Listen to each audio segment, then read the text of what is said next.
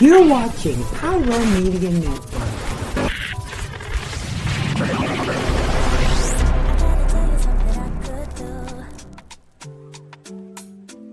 I could be running around chasing you, but I won't. Cause I got better things to do. Rather spend my precious time chasing somebody who loves me too. If I got $1 for every time you slam the door, I would be the richest girl alive, life. If you hadn't run away every time I asked you stay, you would sleep right next to me tonight. And you didn't know me, all you wanted was a game to play, and you couldn't handle that I had my ways. About your magics and your side chicks, I'm a winner, babe. And you didn't win this. Thank you for tuning in. If this is your first time joining us, welcome. We hope your experience is fruitful. Please feel free to visit our website to find out how you can join our growing family. While we are loading your experience, please do us a quick favor and hit that like button from whichever platform you're watching or listening on. Also, share so others may enjoy as well. And we hope you would consider hitting that subscribe or follow button so you can check out more of our amazing content. All right, let's start the show. Vick, Victorious! Vick, Victorious!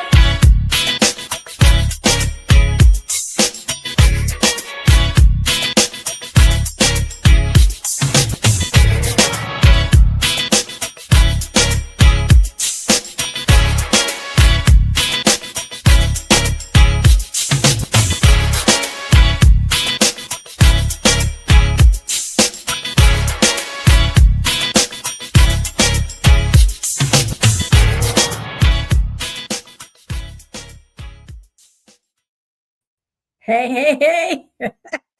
Happy Friday, Junior. Woo! We have finally made it to the end of the week. This is the first full week of the new year. So happy new year. I have a coworker. He's hilarious. I was like, happy new year. He was like, we gonna see. I don't know yet. And I'm like, you're right. We will reconvene and we will decide if this year is happy after all. We don't know. And then even earlier today, I was talking to someone about like New Year's resolutions or things that you want to do in the year. And somebody said, no, it's the year's turn to get itself together. We tired of working on ourselves. You year, get your life. And I'm like, so far, I don't think it's working out too well because we already got shenanigans. But let me back up. Hey, everybody. Happy Friday, Junior. I am Dr. Nicole D. Vick. This is, I was about to say Nicole D. Vick Live. Nope, this is Dr. VICKtorious. We explore the intersections of social justice, wellness, and what it means to show up fully human from a Black perspective, because as you can tell, I am Black. I'm your host, Dr. Nicole D. Vick. I'm going to say it again. In this episode, I'm sharing my current vision board. I think I've only done a couple of vision boards in my whole life. And this one is going to be different. It's on Canva. So no, I didn't pull no magazines out and cut out stuff. I didn't do all of that. But I have some categories that are different from, I think, what people typically put on their vision boards. We're going to walk through my vision board. Maybe it'll inspire you. I've actually seen some vision board events here in South LA, one at the South LA Cafe. Check them out on Instagram. I saw that they're having an event. I think it's this weekend or it's coming up really soon. So maybe you can go in with your own categories, and make your vision board unique to yourself. This isn't really about manifesting, even though I'm not against manifesting. Sometimes you got to just put it out there and then it come back, bam. But it's really not about that, or it's really about clarity for me, at least right now, sustainability and alignment. Like, am I doing the things that align with what I believe in and really hold close to my heart as a person? Now, before we get into the vision board, we got to do the scroll stroke. Ooh. Yay.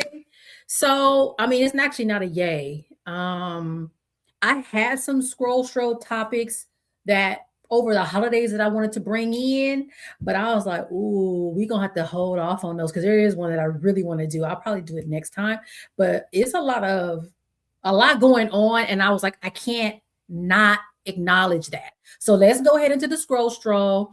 The first one is actually really, really sad. It's a rest in peace. I don't know if any of you follow the world of maternal and child health, specifically Black maternal and child health.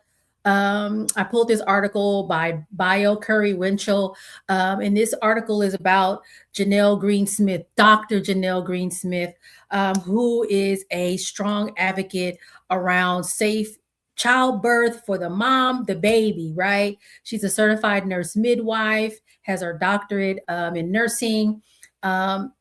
Based in Charleston, South Carolina, has delivered over 200 babies. So really a person that is about it, right? Not just a talker, a doer, someone who's really committed to the work, training midwives, really getting that work out there. And if you are a public health expert or just in that realm, you understand the significance of midwives, specifically when it comes to Black maternal and infant health. For years, our rates have been high for infant and maternal mortality, and midwives have been introduced into the sort of world, right? Because they were kind of poo-pooed, oh, no, have your baby in the hospital. I'm like, no, we got to go back to what we know. And so they've been really brought forth to help reduce those rates. All right, so I'll set the stage. This woman, again, advocate, does the work. She passed away on June 2nd. During birth of her child, her first child. And so I think it really was like, oh my gosh, this person that understands all the issues and nuances and difficulties and inequities and all of that surround maternal and infant health literally passed away while giving birth. I don't know the details exactly of what happened. Presumably, she gave birth in a hospital. Not clear on what happened. And from what I understand, the baby is fine. But it's just like, oh my gosh. Sometimes it just feels a way. It hits differently when someone is in that realm and understands it better than probably anybody else. And even with that knowledge, still end up, unfortunately, a victim of the healthcare system in this country. And you guys know my experience with my ankle. And everybody is like, Nicole, but you a healthcare person. Yes, and still got treated poorly. So this is yet another example of that. And unfortunately, there have been many, many other examples of that. So really just want to hold space. I know I've seen her passing sort of in many spaces on social media, on Instagram, Threads, LinkedIn. So her impact was huge because I've seen mention of her in many, many spaces. So really feel sad for what happened. And I hope that what happened to her in her experience does not, end in vain. Like there was so much that she did that her legacy can live on. So starting with that, because I feel like that is so sad. And then we can't also ignore this other stuff going on. Child, what happened in Minneapolis? What is going on? More mayhem, more shenanigans happening in Minneapolis. So, Immigration and Customs Enforcement officer shot and killed someone on Wednesday. Now, officials are like, oh, self-defense, but everybody else is like, we seen the video, we watched, we see what happened. Nobody knows self-defense. And a lot of people on Threads are saying this reminds us of Rodney King, where it was like, no, he was resisting. And then we seen the video. And back then, remember, video was like in its infancy. Them was in big old camcorders that people was buying. I think my dad had one. So somebody had the wherewithal to record. And then we seen the video like, y'all beat that man within an inch of his life. Same thing. Like, why are y'all lying to us? So her name is Renee Nicole Good. I believe she was 37 years old, has several children, was in the car with her wife when this happened, shot in the face and died. And everybody is in uproar. I've seen the protests in Minneapolis. Folks on social media are like, what is going on? And it's really interesting to see Black social media and non-Black social media, because Black social media is like, yeah, we've been trying to tell you all this time. Like this is crazy stuff is going on. And y'all, because it wasn't people that look like you didn't care. But now that people look like this person looks like you, now it's like, and we're all like, we've been trying to tell you this for 400 years. What's going on? So rest in peace to her as well. She did not deserve that. It's unfortunate. That type of violence is not acceptable. The mayor was on and was talking cray. If you saw it, little cuss words came out because he was like, y'all need to get out of here. We don't want you here. But there's people protesting and stuff. So I even reached out to, I have a friend that lives in Minneapolis. I was like, I hope you're okay. You're in my thoughts. Because it's a lot going on right now. And then the last one, a little less sort of heavy, but still kind of heavy in its own way, right? The Critics' Choice Awards were the other day, and our friend Michael B. Jordan got a little snub. And I love this post on Threads because it was the truth. It's like, come on, man. Somebody literally worked twice as hard, right? And we know all of us that are Black have been taught that you have to work twice as hard to be seen as half as good, right? And this man literally played like two people in one movie at the same time, of course, with the help of computers and things, but like, I don't know. It's interesting, but he was snubbed. The award went to Timothy Chalamet. I'm probably saying his name wrong, but all over social media, that face that Michael B. Jordan had, that kind of like that, like, it went all around the world. Everybody's like, we know that look. And it was just an interesting thing. I'm like, dang. The movie was so good. I'm also hearing from like movie critics that like horror movies typically don't do well as far as awards, but maybe, we'll see with like, what is it, the Academy Awards? I don't watch awards. I don't be knowing. I just know he didn't win for Best Actor for Critics' Choice, and everybody was mad, including me, because I got to see that movie. Matter of fact, I saw that movie with John. That was the last outing that he and I had, so I got to watch Sinners with him, which was really cool. So it's kind of sad to see him not win for Critics' Choice Awards, but maybe there are other awards that he'll win.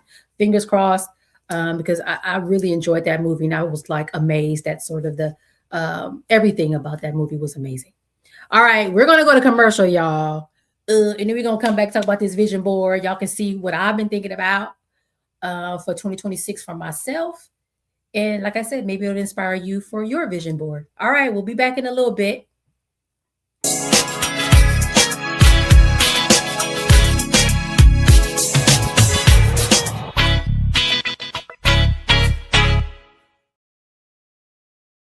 Hey, how y'all doing? Real quick, this is Daryl Walter, host of the Daryl Walter Show. I know.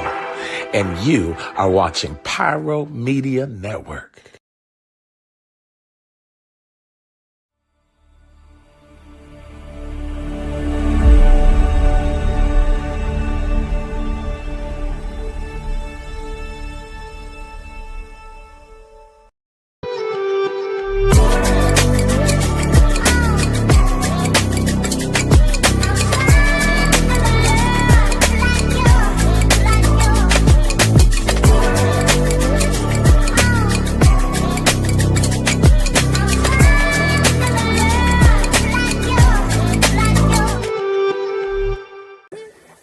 Hey, it's Pastor Kim from It's Just Kim Live Show, and you're watching Pyro Media Network.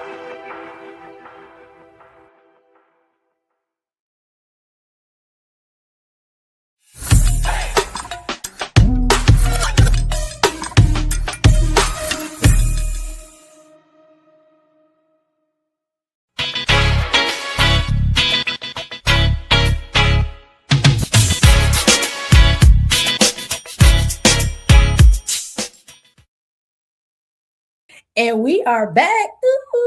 Let's talk about these vision boards. So again, I don't think I've done many in my lifetime. I can remember one time I was on Crenshaw Boulevard. A friend of mine had a vision board party. So we was on Crenshaw in a little space and we were cutting up stuff and doing the thing. And maybe one or two other times I think I've done vision boards, and it's always fun, right? Especially when you do it in community, you with a group of folks and you can laugh and there's snacks and things. So I'm not, saying don't do it or, oh my gosh, this is horrible. I'm just saying there could be, even if you do it in that space, there may be a potential for you thinking of it differently as far as sort of framing your vision board or the things that you want to include and whatnot. And so for me, it's never really been a thing like, oh my gosh, I must do this thing. But I also think it's really cool to reflect in some way. Maybe for some of you, it's journaling and you kind of jot down.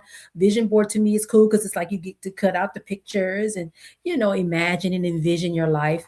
But for me, this year, again, it wasn't about more or how, what else can I attain? It was more about clarity and kind of grounding myself in this space. So we're just going to jump into the board. So I have 4 categories on my vision board, and the producer is going to go ahead and put up the PowerPoint situational so we can go through them. See, I put mine in Canva, so it was they already had like templates, and I was like, I like this one. So I just used it and changed the year to 2026. They even had some in Spanish. I was like, go ahead, multicultural Canva. Got the multilingual, got the languages. Really, really, really cool. All right, next slide. This is kind of my little table of contents with the 4 categories: purpose and impact, health and healing and sustainability, voice, visibility and storytelling, and joy, ease, and boundaries. And so again, very different from maybe what you'd see in a traditional vision board. Maybe sometimes it's like personal, professional, and maybe health, or or maybe there's no categories and you just start putting stuff on that come to your mind that you want to accomplish and achieve. So I say, well, I'm going to focus on these categories. And let's go to the next slide. I feel like I'm in a meeting, a work meeting. Next slide, please. And so purpose and impact is really about why. Why am I doing what I do, period? If I think about who I am and what I stand for social justice, public health, health equity. I stand for Black people, specifically Black women. I'm big on my community. And I started to think about those things. It just made sense to put those things on this particular slide to remind myself about why I'm doing the things that I do. Because sometimes we do things and then we get frustrated with the thing, or we get like irritated because the thing isn't going the way we thought it was supposed to go. And sometimes that happens because you lost sight of why. What is your focus? What is your plan? What is your goal? Who are you doing this for? Right. So that, to me, this one is a grounding slide. Like, I'm here and I do the things that I do for these reasons. My neighborhood, that's Crenshaw Boulevard, bam. Public health, that's what I'm a public health professional, 20 something years in the game. Boom, specifically the public health workforce, Black women, and social justice. And that's really it. And then I thought about it after the fact, and I said, ooh, my bad. I should have put a picture of my daughter there, because of course, a lot of things that I do are for her. She is when I die, that's it. She's it. I don't have no other children. So there's some things that I do in my life that when I'm no longer here, it's for her as well, right? So just pretend it's a picture of Andrea on there as well. And so that could be a really good idea for you all as you do your vision board, to start with a slide like that, or carve out a little space on your poster board and put why, who you're doing this for, and then kind of go forward with everything else. So I think that was a really cool way to sort of set the stage for what's happening next. All right, next slide. Health, healing, and sustainability. Health is no longer background for me, right? And I don't think it ever really was. Well, I think when you're healthy, health is in the background. Oh, I'm not thinking about it. I'm good. I don't feel bad. I'm okay. Now, when I broke my ankle, health was like in the front, specifically my mobility, right? But I also will say I'm getting older. Y'all see this gray in the front, right? Y'all see that? Side note. I posted this on Threads, y'all. So you see the gray here? The other day I was putting drawing my eyebrows on because I'm old school Gen X. I'm gonna draw my eyebrows on, baby. It was a gray hair in my eyebrow. I said, somebody, y'all ain't told me nothing about no gray hair in the eyebrow. And then when I posted that on Threads, everybody said, wait till your eyelashes turn gray. What you mean? What you mean my eyelashes is gonna turn gray? I don't understand. So anyway, I'm getting older. I'm getting closer to 50, right? So now health is becoming important to me. And I'm really thinking about things like my screenings. And the good thing is my insurance, well, my medical folks are like, okay, have you had your colonoscopy? Have you had your mammogram? And I'm like, and they're like, okay, it's time. And so it's, for me, health is no longer in the background. It is central now. Making sure I'm healthy, my mobility, my exercise. So on that slide, you see a person walking. That's me learning how to regain my mobility. I'm going to the gym now. I didn't necessarily hate the gym, but I'm like, I don't know, but I've been going. I walk on the treadmill for 15 minutes and then I ride the bike for 30. And then I do weights specifically for my ankle. And then there's a picture of a woman in aqua aerobics. Canva has a lot of good graphics, y'all. I was like, aqua aerobics, and it had a picture of a woman in the pool doing aqua aerobics. I want to start going to aqua aerobics twice a week. There's a class nearby Tuesdays and Thursdays, but it's at 7:00 in the morning. I can't make no promises. I want to try it. We gonna see. I don't know, because that is early. And then the last one is that's the medical professional, me getting my screenings. So just for transparency and honesty, I have a colonoscopy scheduled February 3rd. Mammogram was already done this year, or was that was actually the end of last year. And I'm just going to keep up with my screenings. I have a friend, Dr. Leo Moore, has a book. Now, his book is written for Black men specifically, or maybe it's for men in general, but it talks about the screenings and tests that you need by decade. So I'm taking that approach, being really aware of what needs to happen based on my age and paying attention, getting labs drawn, because they keep trying to tell me they keep trying to put diabetes on me. And I'm like, I keep trying to tell you I'm not diabetic, and I'm not. Right. But I'm keeping up with my labs. Hey, am I perimenopausal? And they're like, you're not. Right. But that's me going and getting my labs done. So that is what is important here for health, healing, and sustainability. You gotta make sure you're taking care of yourself, because if you're not, your body, it'll fail you if you ain't treating it right. It'll hold on for a while. It actually will. It will do a really good job. And then after, it's like, babe, we can't do this no more. And it's going to start acting a fool. And then once it do that, what you going to do? So your health definitely is your wealth. And I'm taking that really seriously now, especially as I get older. I was talking to the producer before we came on air about gut health. Certain foods I can't eat no more because the stomach is like, baby, you playing in my face, and I can't do this no more with you, boo. And it taught me some lessons about what to avoid, because we don't like stomach hurting. No. Literally balled up because your stomach is hurting. So those kinds of things I'm taking really, really seriously. So moving on, voice, visibility, and storytelling. And I love this one because this is really my lane, right? The things that I do, that I enjoy doing, are in this category. And you see me there with the microphone. So the podcast will continue. And I will continue to bring in people that I feel like you should know. We will continue to talk about topics that are important, and offer resources and information to you all. The person writing, I'm writing right now. I'm trying to get my research published in a peer-reviewed, scholarly publication. So I'm working on that. And I hope to write more books. I don't know, my attention span is getting kind of shorter. So I'm not sure if I have it in me to do another book, but we'll see, right?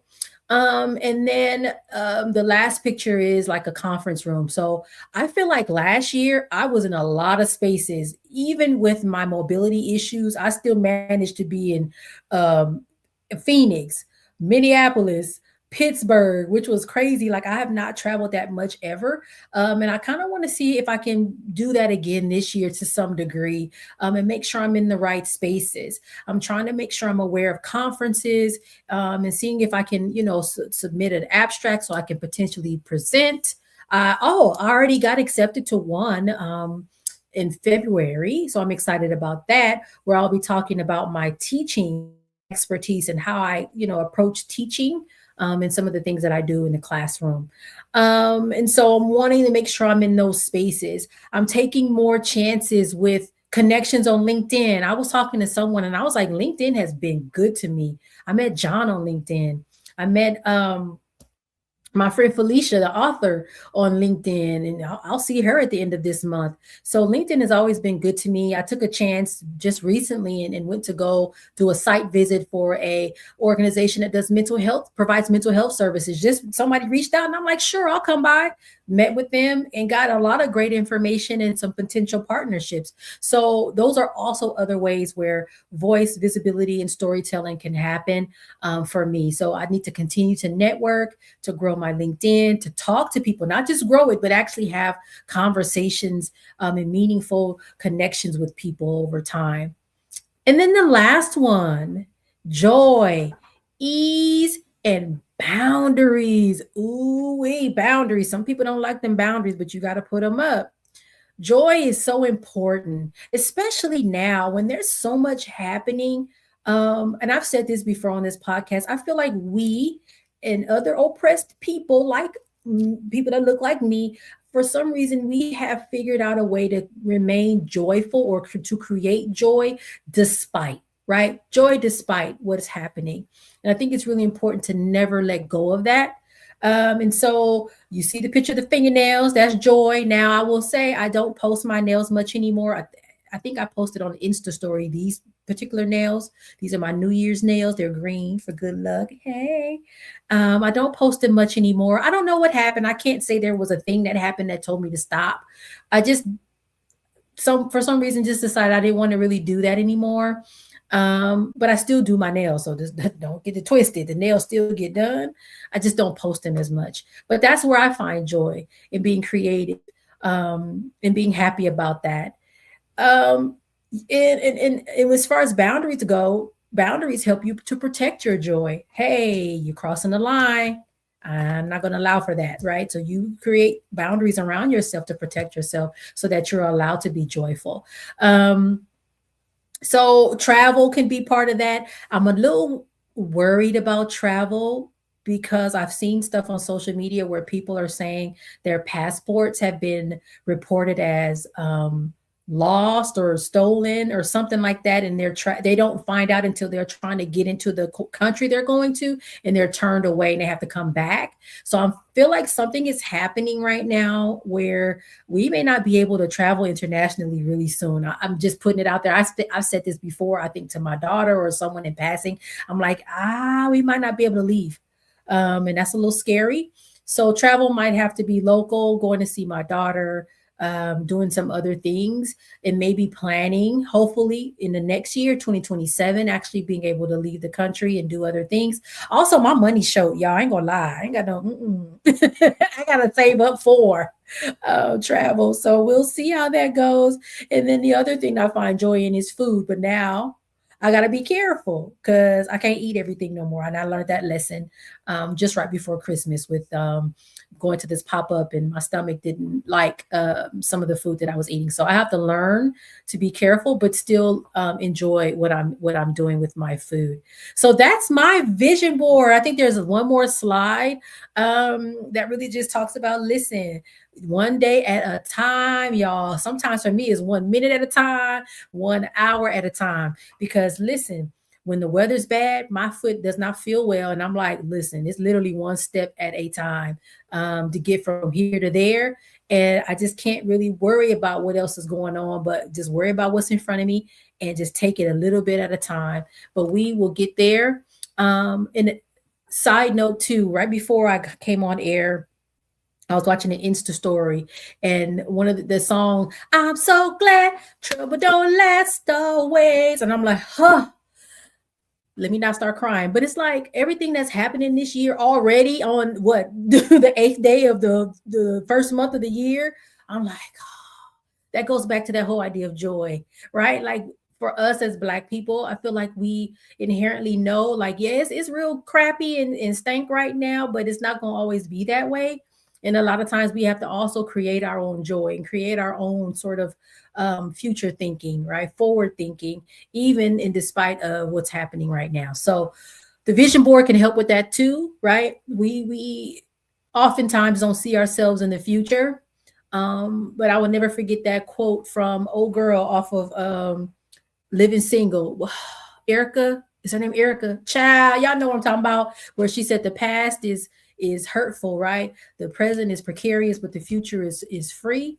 The vision board is that freedom, right? So I don't know. In a way, it's a January, New Year's resolution thing, but for us, symbolically, can also mean how we see ourselves in the future and the sense of freedom for us. So think about that as you do your vision board.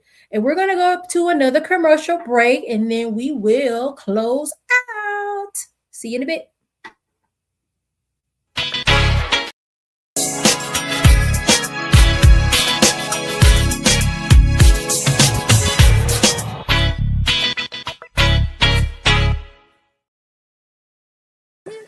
What's going on, y'all?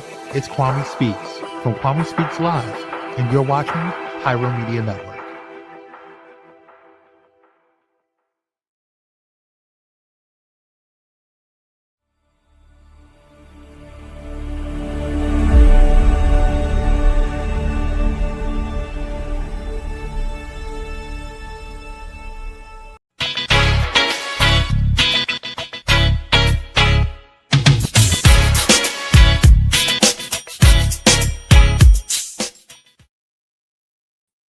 And we are back talking about vision boards and all the good things.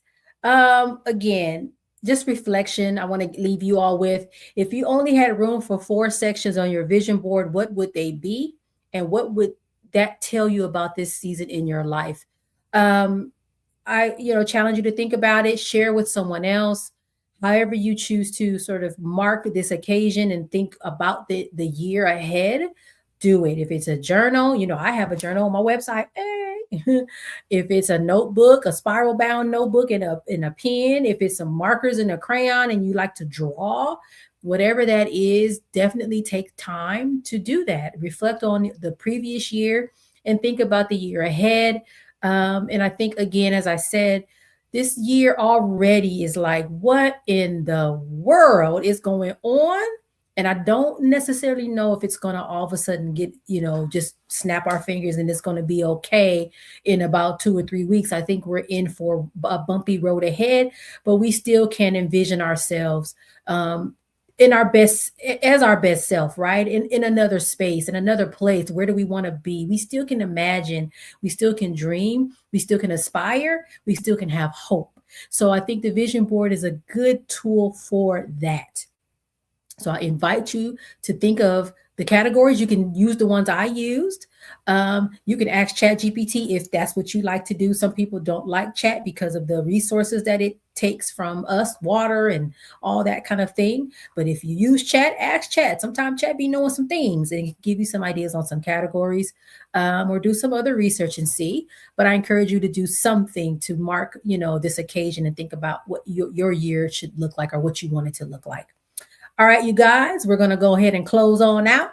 You know who I am, and you know where to find me. My website, yay, www.nicoledvick.com. On that website is my books. You can see my podcast. So you can see this podcast. You can see the old one, Nicole D. Vick Live. You can also see episodes where I was a guest on other folks' podcasts. I talk about things like public health. I talk about the public health workforce specifically. I talk about all kinds of things on there. So you can see some of those. You can also purchase my books there. I think right now, I have to double check, but I think the only place right now you can buy my books are on my website. You cannot get them off of Amazon right now. So just check my website if you want a copy of the book. I can sign it for you and send it to you. I have 3 pushing through, finding the light, push through, finding the light in every lesson, child, pushing through 52 weeks of light and tough times. I know, I think I flipped it. Y'all, the pushing books. And then Triumph in the Trenches, which is an anthology. They actually now have 3 versions or 3 volumes of Triumph in the Trenches. I'm in the first one. I have copies here. If you're interested, let me know. They're on the website. All right. I will see you next week. We have a fabulous month coming up. We have MLK holiday coming up, which is interesting because it was like, stuff was happening and people was like, are we still having MLK holiday? Because they done took it off the parks, the national parks and stuff, and what's going on with that. So we can talk about that. It's a lot going on. But I'll see you next week. Take care. Bye.